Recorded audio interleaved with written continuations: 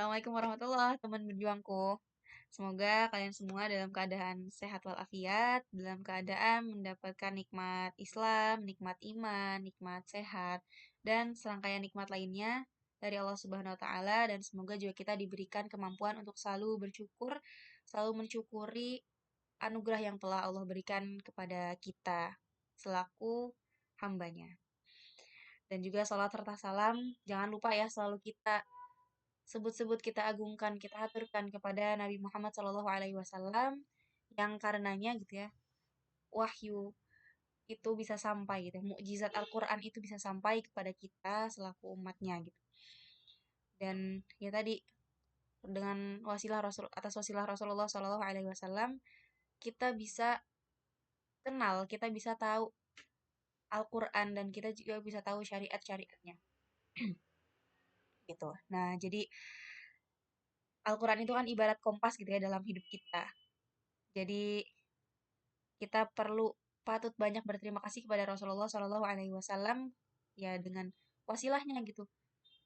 Dengan apa namanya? Wasilah Rasulullah SAW Al-Qur'an itu bisa sampai kepada kita selaku umatnya. Oke, setelah sebelumnya di episode sebelumnya membahas tentang ayat kedua gitu. Sekarang kita akan mulai membahas tentang ayat ketiga. Bunyinya itu gimana? Bismillahirrahmanirrahim. Dzurriyyatan man hamalna ma'a Nuh innahu kana 'abdan syakura. Nah, jadi di sini disebutkan dzurriyyatan man hamalna ma'a Nuh. Nah, jadi aslinya, takdirnya, ini ada sesuatu yang dihapuskan gitu. Jadi sebenarnya itu aslinya itu ya dzurriyyatan man hamalna ma'a Nuh. Ya dzurriyyah. Jadi kan kalau di Quran lafaznya itu cuma dzurriyyatan man hamalna. Jadi cuma dzurriyyah langsung kan, langsung dzurriyyah. Nah, sebenarnya nanti kalau misalnya teman-teman belajar bahasa Arab itu akan mengerti gitu ya, akan tahu ketika sebenarnya ada suatu hal yang ada suatu hal yang dihapus tapi dia itu tetap apa namanya? Maknanya itu tetap ada gitu. Jadi ada takdirnya gitu. Ada sesuatu yang dimahzuf itu nanti takdirnya tetap atau ada hal yang apa ya maknanya itu jadi beda gitu lah. Jadi dzurriyyatan man hamalna ma'a Nuh itu di sini apa ya? Memanggil keturunannya memanggil keturunan yang bersama Nuh gitu. Nah, mungkin kita bisa baca dulu kali ya arti dari mushaf terjemahnya, mushaf Indonya gitu ya. Jadi artinya itu, wahai keturunan orang yang kami bawa bersama Nuh, sesungguhnya dia, Nuh, adalah hamba Allah yang banyak bersyukur. Nah, jadi di sini di penggalan pertama, ya dzurriyyata man hamalna ma'a Nuh. Di sini kan artinya tadi, wahai keturunan orang yang kami bawa bersama Nuh. Nah, ini ada suatu rahasia gitu. Di sini Quran menegaskan, Allah menegaskan bahwa Bani Israel itu sebenarnya bukan keturunan Nabi Nuh alaihi salam gitu. Melainkan mereka adalah keturunan orang yang bersama Nuh. Nah, jadi seakan-akan Quran menegaskan hal tersebut gitu. Nah, jadi bedakan ya, kalau misalkan memang Bani Israel adalah keturunan Nuh alaihi salam, ya seharusnya di Quran langsung aja disebutkan dzurriyyatan Nuh, langsung aja keturunannya Nuh gitu. Nah, tapi kenapa sih harus ada kalimat dzurriyyatan man hamalna ma'a Nuh? Jadi ya di sini Quran menjelaskan bahwa ya Bani Israil itu bukan keturunan Nabi Nuh, melainkan mereka adalah keturunan orang yang bersama Nabi Nuh atau orang yang sezaman ya dengan Nabi Nuh alaihi salam gitu. Jadi ini dikatakan bahwa Quran itu seakan-akan mencabut sumber kekuatan mereka gitu. Nah, gimana maksudnya mencabut sumber kekuatan tuh apa sih maksudnya? Nah, jadi seperti yang kita tahu atau mungkin teman-teman pernah dengar gitu bahwa seringkali Bani Israel itu menyombongkan diri mereka gitu. Mereka berbangga diri, mereka menyombongkan dan biasanya perkataan yang sering banget didengar tuh ini adalah perkataan yang sering banget didengar adalah mereka menggaungkan nahnu abnaullahi wa ahibba'uh. Mereka juga bilang nahnu sya'bullah gitu. Jadi mereka mengatakan bahwa kita itu adalah apa namanya? Anak-anak yang paling Allah cintai. Kita adalah bangsa yang paling Allah cintai, yang paling dekat dengan Allah bahasanya gitu. Jadi mereka seringkali mengagung-agungkan diri mereka. Mereka juga mengaku-ngaku kalau misalnya ya tadi mereka itu keturunannya Nuh alaihi salam dan lain-lainnya. Nah, dengan adanya ayat ini, Al-Quran menegaskan bahwa ya Bani Israel itu bukan keturunannya Nabi Nuh gitu, melainkan mereka adalah keturunan orang yang bersama Nabi Nuh gitu, bukan keturunannya Nuh alaihi salam gitu. Jadi seakan-akan di sini Quran mencabut sumber apa namanya sumber kekuatan mereka gitu. Dan ya Bani Israel itu bahkan dikatakan asfalul basyariyah kulluha. Jadi kayak bener-bener mereka itu semuanya apa ya? Mungkin bisa dibilang masyarakat atau bisa dibilang manusia level manusia yang paling rendah itu Bani Israel gitu. Kalau dikatakan apa Dr. Ahmad Naufal itu mengatakan seperti itu gitu. Bahwa asfalul basyariyah kulluha itu jadi Bani Israel itu asfalul basyariyah. Jadi Bani Israel itu serendah-rendahnya manusia gitu ya. Paling rendah, manusia yang paling rendah gitu. Nah, ya tadi karena mereka tuh menyombongkan diri mereka yang sebenarnya itu gak ada pada diri mereka gitu. Mereka menyombongkan diri bahwa mereka adalah keturunan Nuh alaihi salam dan lain-lainnya, sedangkan ya tadi mereka itu sudah ditegaskan ya dalam Quran bahwa mereka itu bukan keturunannya Nuh alaihi salam gitu. Nah, selanjutnya penggalannya kan dzurriyyata man hamalna ma'a Nuh innahu kana 'abdan syakura. Sesungguhnya innahu kana 'abdan syakura. Sesungguhnya dia Nuh alaihi salam adalah hamba Allah yang banyak bersyukur gitu.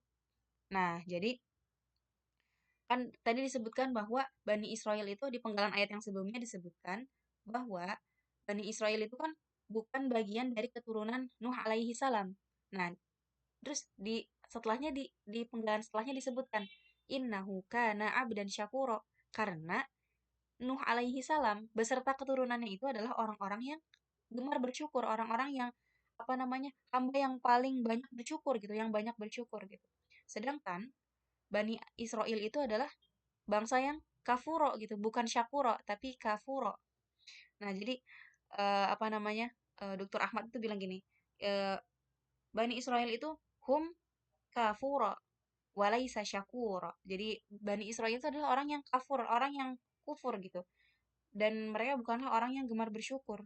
Makanya itu adalah itu kenapa tadi menegaskan lagi bahwa tadi di penggalan sebelumnya menyebutkan bahwa Bani Israel itu bukan keturunan Nuh. Nah, setelahnya dijelaskan, ya karena Nabi Nuh alaihissalam beserta keturunannya adalah orang-orang yang paling banyak bersyukur. Sedangkan Bani Israel adalah hamba yang paling kufur, yang tidak gemar bersyukur ya. Jadi lawannya syukur itu kufur gitu. Kayak gitu.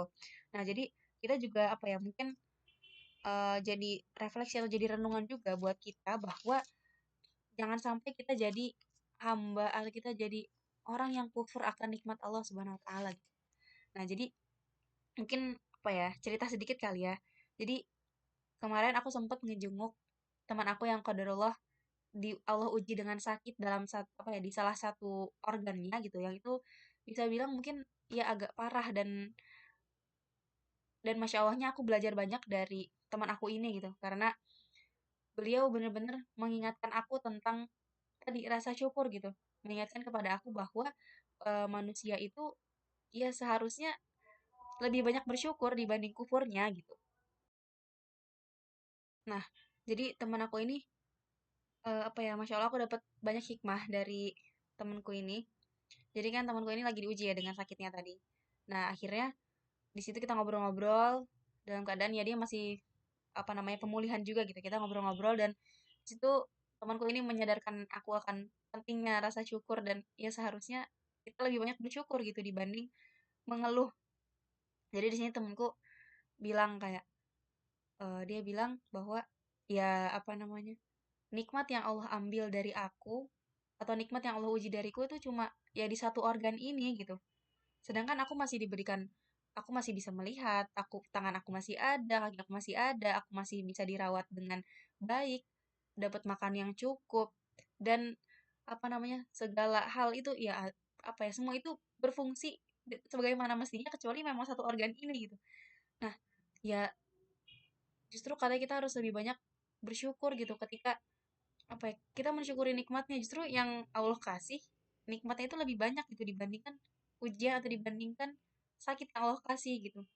Jadi kayak dan apa ya yang lebih ngenanya lagi tuh dia bilang kayak ketika Allah tuh hanya menguji di satu organ ini aja gitu dan Allah masih memberikan secara sempurna nikmat-nikmat yang lainnya, nikmat penglihatan, nikmat yang ya tangan, ada kaki, kita masih ada gitu ya semuanya. Ya, ketika aku diuji oleh satu organ ini, ya untuk apa aku marah gitu? Kan toh pada aslinya hakikatnya juga ya organ ini itu kan milik Allah juga gitu. Itu tuh titipan untuk kita gitu. Jadi buat apa kita marah? Ya itulah yang kayak ngebuat aku Masya Allah kayak teringatkan lagi bahwa kita sebenarnya seringkali lupa untuk bersyukur gitu ya. Kita yang masih bisa melihat, masih bisa bernafas dengan oksigen yang Allah berikan gitu kan gratis gitu. Kita masih bisa melihat, bisa jalan, bisa apa ya, bisa tenang dalam beribadah, bisa mendapatkan nikmat iman, nikmat Islam, kita bisa mendapatkan apa ya, kita baca Quran dengan tenang, sholat dengan tenang, kudu ada airnya. Kayak kalau misalnya kita bandingkan dengan saudara-saudara kita di Gaza gitu ya, di Palestina, mau wudhu nggak ada air, mau sholat itu diiringi dengan bom dan bisa jadi mereka syahid gitu sewaktu-waktu gitu kan. Terus mau apa ya, ketika mereka apa ya, kalau mungkin kayak ada yang tertembak atau mungkin ada yang apa namanya tangannya luka dan lain-lainnya. Mereka tuh di apa ya, diobatin dengan baik aja tuh bersyukur gitu. Bahkan mereka banyak kekurangan dan banyak apa namanya banyak kesulitan-kesulitan yang mereka hadapi, tapi mereka masih hati mereka masih apa ya rasa syukurnya itu masih berlimpah gitu kepada Allah gitu. Jadi buat kita yang masih masih sering mengeluh gitu, padahal udah dalam kondisi nyaman, dalam kondisi yang kayak gak ada kekurangannya sebenarnya kalau kita mampu untuk mensyukuri hal-hal yang Allah berikan pada kita. Ya, sebenarnya diri ini juga malu gitu ya, malu ketika kalau misalnya mengeluh, meskipun memang tabiatnya manusia itu suka mengeluh, ya tapi ketika kita mau ngeluh atau kita mau apa namanya protes dengan ujian yang Allah kasih, sebenarnya kita harus lebih dulu gitu ya menganalisa sebenarnya apa aja sih nikmat-nikmat yang udah Allah kasih gitu. Sebenarnya hal-hal yang harus kita syukuri, hal-hal yang patut kita syukuri akan jauh lebih banyak dibandingkan ujian yang Allah berikan. Yakin deh. Nah, itulah makanya jadi pelajaran juga dan renungan buat kita supaya kita lebih banyak bersyukur dan lebih banyak apa namanya berterima kasih kepada Allah atas semua nikmat-nikmatnya. Itu aja mungkin ya untuk episode kali ini. Terima kasih. Wassalamualaikum warahmatullahi wabarakatuh.